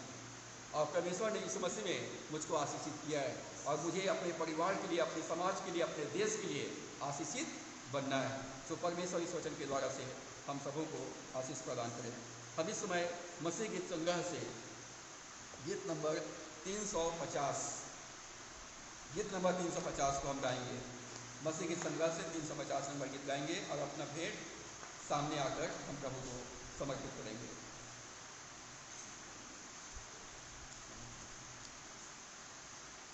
पापों की बोझ से क्या बाँचोगे तुम, यीशु में कौन, यीशु में कौन, पापों पर जयवंत होगे तुम, हमारे यीशु में है गुण, गुण है गुण, गुण पाप मिटाने गुण, यीशु में गुण, यीशु में गुण, गुण है गुण, गुण पाप मिटाने गुण, प्रभु यीशु में है गुण, क्रोध और घमंड से क्या छूटोगे तुम, यीशु में गुण, यीशु में गुण,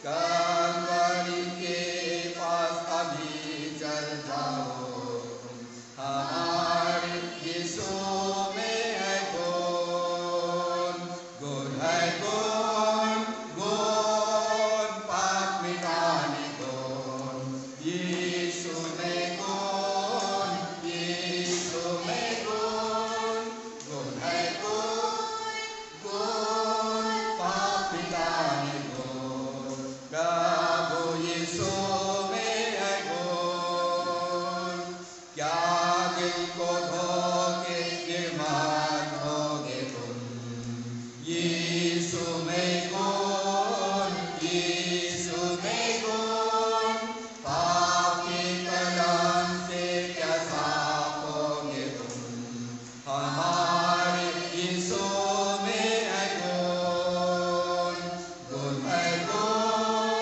गुण पाप मिटाने गुण, यीशु में गुण, यीशु में गुण, गुण है गुण, गुण पाप मिटाने गुण, प्रभु यीशु में है गुण, यीशु के दास क्या बनोगे तुम, यीशु में गुण, यीशु में गुण, होला का दिन उसकी जय बोलो तुम, हमारे यीशु में है गुण, गुण है गुण, गुण पाप मिटाने गुण, यीशु में गुण, यीशु में गुण, गुण है गुण,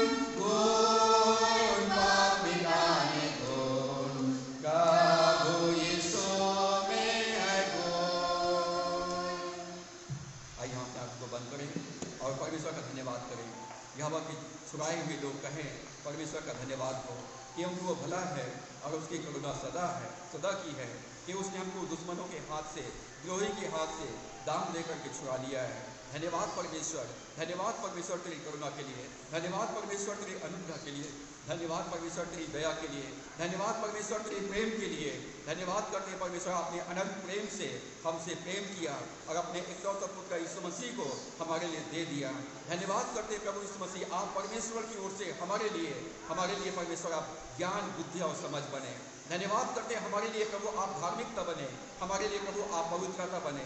धन्यवाद करते हैं प्रभु आप हमारे लिए छुटकारा बने। धन्यवाद करते हैं प्रभु, आपकी बुद्धि हमारी बुद्धि है, आपकी धार्मिकता हमारी धार्मिकता है, आपकी पवित्रता हमारी पवित्रता है, आपकी स्वतंत्रता हमारी स्वतंत्रता है। हम धन्यवाद करते हैं परमेश्वर पिता, आपने प्रभु यीशु मसीह में हमको बुद्धिमान बनाया है, प्रभु यीशु मसीह में हमको आपने धर्मी बनाया है, प्रभु यीशु मसीह में आपने हमको पवित्र किया है और प्रभु यीशु मसीह में आपने हमको आजाद कर दिया है। दया करें पिता परमेश्वर, हम तेरे वचन को सुनने पाएं, तेरे वचन को बार बार सुनने पाएं और तेरे वचन के अनुसार हम चलने वाले बने, ताकि हम बुद्धिमान बने और बुद्धिमान राजमिस्त्री के समान अपने मसीह जीवन का निर्माण तेरे वचन की चट्टान पर हम करने वाले बने, ताकि हम हर परिस्थितियों में स्थिर रहकर प्रभु की महिमा करने पाए। परमेश्वर पिता, हम धन्यवाद करते हैं, तेरे नाम की स्तुति करते हैं प्रभु यीशु मसीह, आप हमारी ताकत हैं, आप हमारे लिए प्रभु, आप हमारे लिए परमेश्वर की ओर से आप बुद्धि हैं, परमेश्वर की ओर से आप हमारे लिए धार्मिकता है, परमेश्वर की ओर से आप हमारे लिए पवित्रता है। हम परमेश्वर धन्यवाद करते हैं, परमेश्वर की ओर से प्रभु यीशु मसीह में हमारी आज़ादी है। धन्यवाद करते पिता, आपको डिक्लेयर करता है अब जो मसीह में है उस पर कोई भी दंड की आज्ञा नहीं है, जो मसीह में है वो अब नई सृष्टि है, पुरानी बातें बीत गई है और वे सब कुछ अब नया हो गया है। धन्यवाद करते हैं प्रभु, आपने हमको भीतर से नया कर दिया है, हमको नया जन्म दिया। हम धन्यवाद करते हैं, अपने स्वर्गीय जीवन हमको प्रदान किया। धन्यवाद करते हैं, अपनी धार्मिकता, अपनी पवित्रता, अपनी क्षमता, अपनी योग्यता हमको दिया है। धन्यवाद करते हैं परमेश्वर, हमारे शरीर को अपना मंदिर कहा। धन्यवाद करते हैं परमेश्वर, हमारा ये शरीर प्रभु जीवित परमेश्वर का जीवित मंदिर है। हमारा ये शरीर का परमेश्वर आपके वचन का, आपके वाचा का आप संदूक है परमेश्वर, और इसलिए तेरे दूत हमारे चारों ओर हमारी रक्षा करते हैं। धन्यवाद करते प्रभु, आपने कहा जहाँ जहाँ तू जाएगा मैं तेरे संग रहूंगा और जितने कामों में तुम हाथ लगाओगे मैं तुमको आशीषित करूंगा। मैं यीशु मसीह के नाम से कलीसिया के एक विश्वासियों को मैं आशीषित करता हूँ। जो पढ़ने वाले बच्चे हैं मैं उनको यीशु के नाम में आशीषित करता हूँ कि अपने पढ़ाई में वो आशीषित करे। जो पढ़ लिख लिए, जो कंपटीशन एग्जाम के तैयारी में है, मैं यीशु मसीह के नाम से उनको आशीषित करता हूँ कि अपने एग्जाम को क्रैश करके अपने लक्ष्य को प्राप्त करने पाए। पिता परमेश्वर, जो कामकाजी लोग हैं उनके कामकाज को मैं यीशु के नाम में आशीषित करता हूँ। हर एक नौकरी पेशे के लोग यीशु के नाम में आशीषित रहे, हर एक गृहिणी यीशु के नाम में आशीषित रहे। परमेश्वर, हर एक विश्वासी अपने कामों में यीशु के नाम में आशीषित रहे। परमेश्वर, कलीसिया के हर एक विश्वासियों को मैं यीशु के नाम में आशीषित करता हूँ, भरपूर रहे, वो तंदुरुस्त रहे और पिता परमेश्वर तेरी महिमा अपने जीवन के द्वारा से करने पाए। जो चर्च के बाहर है पिता परमेश्वर, जो किसी के कारणवश मेरी आराधना में नहीं आ पाए, मैं उनको भी तेरे हाथों में सौंपता हूँ। परमेश्वर दया करे पिता, वो तेरे वचन को सुने, तेरे वचन को माने पिता परमेश्वर, और तेरी आज्ञाओं का पालन करने पाए। जो ऑनलाइन सेवा में सहभागी है, जो इस समय सुन रहे, जो इसके बाद सुनते हैं, मैं उनको यीशु के नाम में आशीषित करता हूँ कि यीशु मसीह के नाम में वो बुद्धि, ज्ञान और समझ को प्राप्त करे, यीशु मसीह में धार्मिकता और पवित्रता को प्राप्त करे, और यीशु के नाम में वो हर एक बंधन से आजाद हो जाए, हर एक बीमारी से आजाद हो जाए, हर एक गरीबी से आजाद हो जाए, शैतान के बंधन से आजाद हो जाए, हर एक प्रकार की पाप और बुराई से वो स्वतंत्र हो जाए यीशु के नाम से। परमेश्वर, मैं ईश्वरीय तंदुरुस्ती को मैं यीशु के नाम में रिलीज करता हूँ। बरसात के मौसम में हर एक मौसमी बीमारियों के कारणों से और जंगली कीड़े मकोड़ों से हर एक विश्वासी आजाद हो जाए, हर एक विश्वासी स्वतंत्र रहे, और पिता परमेश्वर हर एक विश्वासी यीशु के नाम में वो बलवंत रहे, परिपूर्ण रहे, संपन्न रहे, और यीशु मसीह के नाम में पिता परमेश्वर वो हमेशा पिता परमेश्वर तेरी महिमा करने पाए, वो धार्मिकता पवित्रता के साथ वो तेरी आराधना करने पाए, तेरी गवाही देने पाए, तेरी सेवा करने पाए। आज की आराधना में पिता आपने हम में से प्रत्येक को आशीष दिया है, हर एक से आपने बातचीत किया है। हम धन्यवाद करते हैं पिता, आपने हमको नया कर दिया है। धन्यवाद करते हैं पिता, आपने हमको बिल्कुल नया कर दिया है, हमारे पाप को मिटा दिया, हमारे रोगों को आपने दूर कर दिया, हमारे जीवन के श्राप को हटा दिया, और प्रभु यीशु मसीह में आपने हमको आशीषित किया। धन्यवाद करते हैं पिता कि तूने धन्यवाद करते हैं प्रभु यीशु मसीह, आप महिमा की आशा और हमारे भीतर वास करते हैं। धन्यवाद करते हैं पिता, तेरी महिमा सदैव हमारे हृदय में वास करता है। धन्यवाद करते हैं यीशु मसीह, आप अदृश्य परमेश्वर का दृश्य रूप है, और प्रभु आप हमारे भीतर वास करते हैं, तेरे नाम की महिमा करते हैं। जो वचन में बीज बोया गया है पिता, हर एक विश्वासी उसको बार बार सुने और अपने हृदय में ग्रहण करे, और तेरे वचन के अनुसार वो बोलने वाले बने, डिक्लेयर कर सके कि यीशु मसीह मेरे लिए परमेश्वर की ओर से मेरा बुद्धि है, मेरी पवित्रता है, मेरी धार्मिकता है और मेरा छुटकारा है, और इस मसीह में अब मैं आशीषित हूँ और भरपूर हूँ। जो आशीष आपने हमको दिया पिता, उसमें से थोड़ा सा हिस्सा आपके राज्य के विस्तार के लिए आपके सम्मुख लाए हैं पिता। इन भेंटों को, धन्यवाद की भेंटों को आप ग्रहण करें, आशीषित करें और अपनी सेवा में, अपनी महिमा में इस्तेमाल करें। थोड़ी देर प्रभु इसके द्वारा से आपके राज्य का विस्तार हो और अनेक आत्माएं इसके द्वारा से बचाई जा सके। प्रभु यीशु मसीह, जितने भी लोगों ने अपनी कमी घटी से भेंट अर्पित किया है, परमेश्वर मैं उनको यीशु के नाम में आशीषित करता हूँ। उनका भंडार सदा भरपूर रहे, उनके पर्स, उनके भंडार, उनके बैंक बैलेंस हमेशा परिपूर्ण रहे परमेश्वर, और उनके जीवन में से उनका कटोरा छलकने पाए। आपने कहा यदि कोई प्यासा हो तो मेरे पास आए, और जैसा पवित्र शास्त्र में लिखा है, उनके हृदय से जीवन के जल की नदियां बह निकलेगी। हर एक विश्वासी के हृदय से तेरा जीवन बहने पाए, तेरी धार्मिकता बहने पाए, तेरी पवित्रता बहने पाए परमेश्वर, तेरी सामर्थ्य बहने पाए परमेश्वर, तेरे प्रेम बहने पाए, तेरा जीवन बहने पाए परमेश्वर। और पिता कलीसिया के हर एक विश्वासी जगत की ज्योति बनकर हर जगह पिता उजाला लेकर के आने वाला बने। मैं यीशु के नाम से इस पिता दुआ करता हूँ, हर एक विश्वासियों को पवित्र आत्मा परमेश्वर की उपस्थिति से भर दीजिए, अपने परमेश्वर के प्रेम से भर दीजिए, आनंद से भर दीजिए, शांति से भर दीजिए। पिता हर एक को पिता परमेश्वर बुद्धि, ज्ञान और समझ की आत्मा दीजिए, ताकि तेरे वचन को अपने हृदय के स्टोर में भंडार रख सके। धन्यवाद करते प्रभु, आप परमेश्वर की ओर से हमारे लिए बुद्धि और ज्ञान ठहराए गए। धन्यवाद परमेश्वर, तेरे नाम की स्तुति करते कि आपने हमारी प्रार्थना को सुना है। धन्यवाद करते प्रभु, आपने हमारी प्रार्थना को सुना। जब हम यहाँ से विदा होते हैं, अपने घरों को लौटते, हमारी सहायता कर कि हम सुरक्षित अपना घर पहुँचकर हम तेरी महिमा करें और तेरे वचन को मनन करने पाए और तेरे वचन का अभ्यास करने पाए। सारे आशीषों के धन्यवाद करते हुए इस प्रार्थना को उद्धार करता प्रभु यीशु के नाम से मांगते हैं, आमीन। अब हमारे परमेश्वर पिता का प्रेम, प्रभु यीशु मसीह का अनुग्रह, पवित्र आत्मा की संगति और सहभागिता हर एक विश्वासियों के ऊपर, हर एक वचन को सुनने वाले और मानने वालों के ऊपर अब से लेकर युगान युग तक होती रहे, आमीन। मुझ में यीशु की शोभा दिखाई दे, उसका अद्भुत प्यार सब निर्मलता, हे तू आत्मा पवित्र कर शुद्ध मेरा शरीर, मुझ में यीशु की शोभा दिखाई दे, आमीन, आमीन। प्रभु आप सबको आशीष दे। आप सबको जय मसीह।